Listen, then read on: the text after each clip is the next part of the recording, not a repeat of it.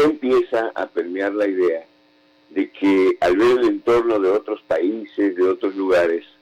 tenemos claro que algo no se hizo bien en México. Algo falló, algo sigue fallando, porque aunque nuestras autoridades todos los días digan que ya se domó la pandemia, que ya llegamos al pico, que ya se controló la situación, que ahora sí ya vamos de bajada, lo cierto es que los números, que además son crudos y son reales, dicen todo lo contrario.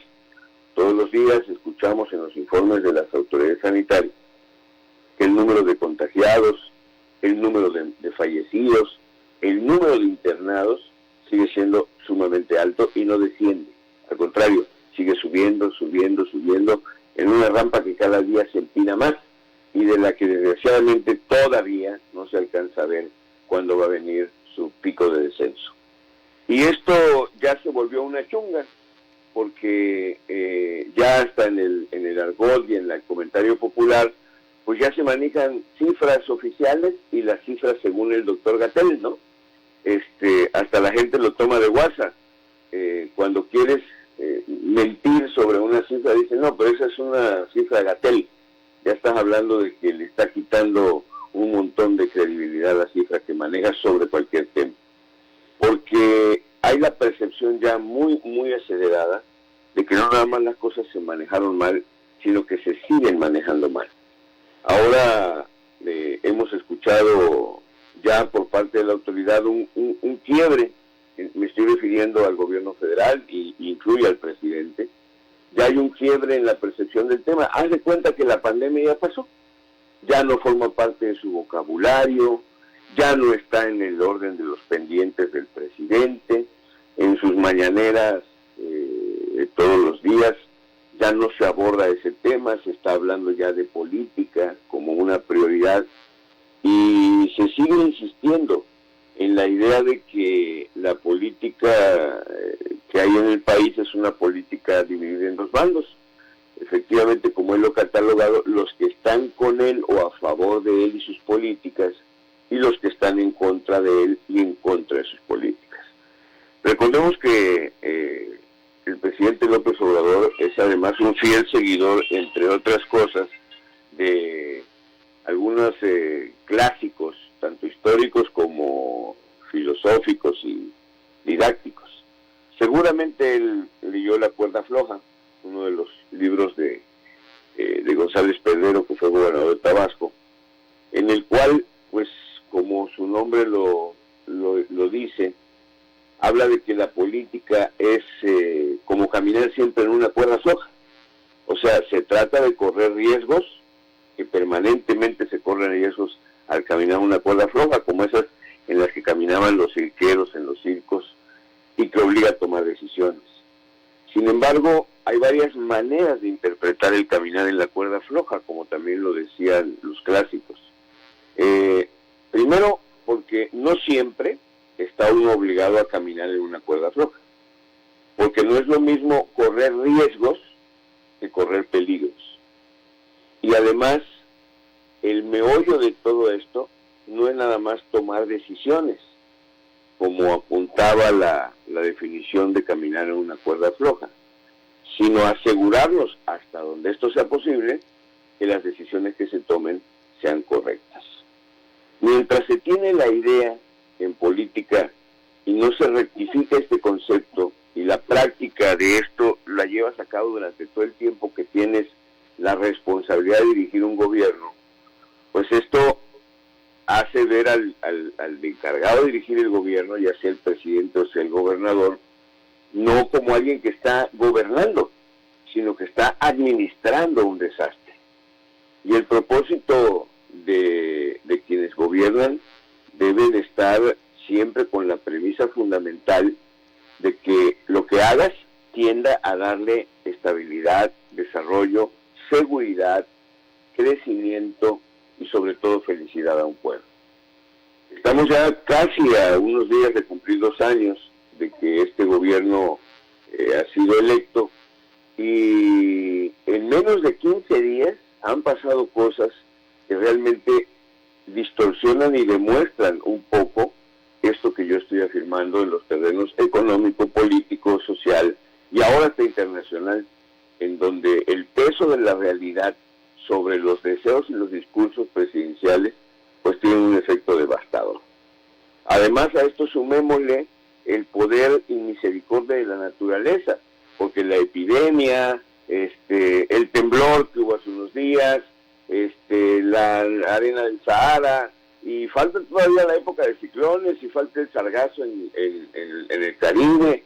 pues esto puede afectar, o afecta más bien, el ejercicio del poder, y cuando este tipo de cosas no se toman en cuenta y no se reajustan los riesgos que se puede correr producto de la intervención de la naturaleza,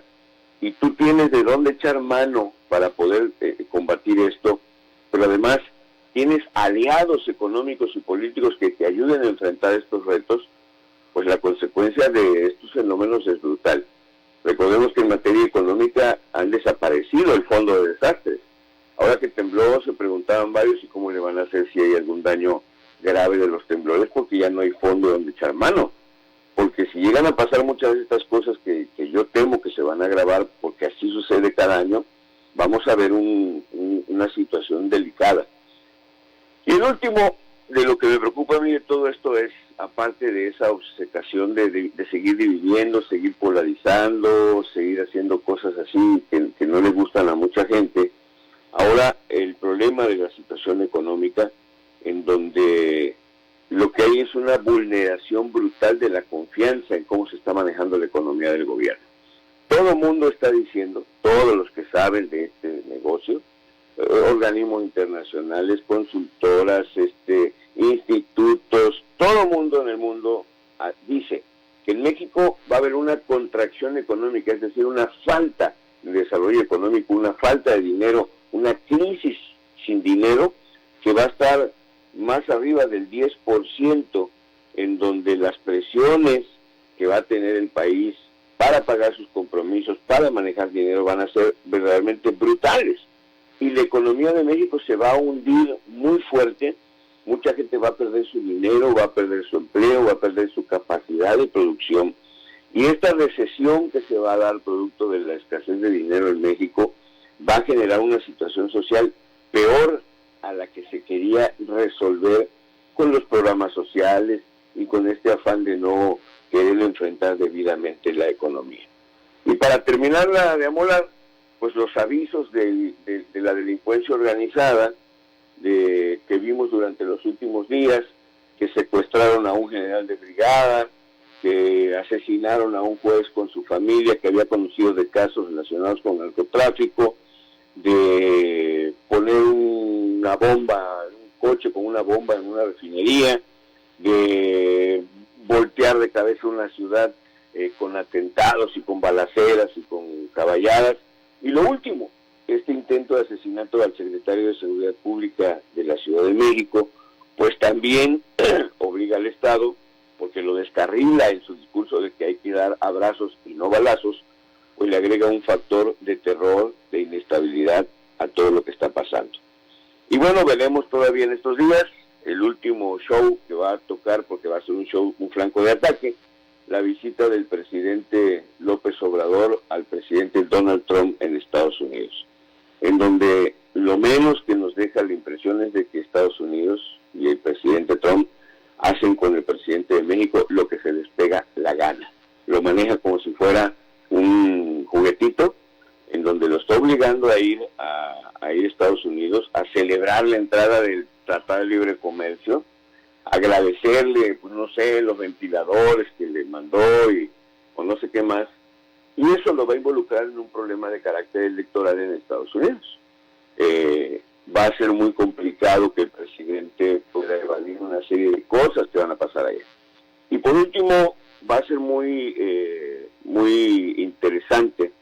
el ver cómo se va a desarrollar el pleito que hay dentro de Morena, porque todos estamos enterados que se ha vuelto un pleitazo lo de Morena. Hay dos alas dentro de Morena que están pujando, que están compitiendo por apoderarse del poder. Este pleito entre Hackerman y su esposa, la secretaria de la Función Pública, con Ricardo Monreal, el líder de los senadores, y otras alas del partido, Muñoz Ledo y todo eso, pues hablan de que ese pleito interno no va a terminar bien, va a afectar sin duda el manejo político de Morena y va a afectar desgraciadamente la conducción política del país. Pero mientras eso pasa, pues hay que echarle ganas, ponernos muy pendientes, seguirnos cuidando y sobre todo haciendo paciencia en Tabasco. Sería mi comentario de hoy.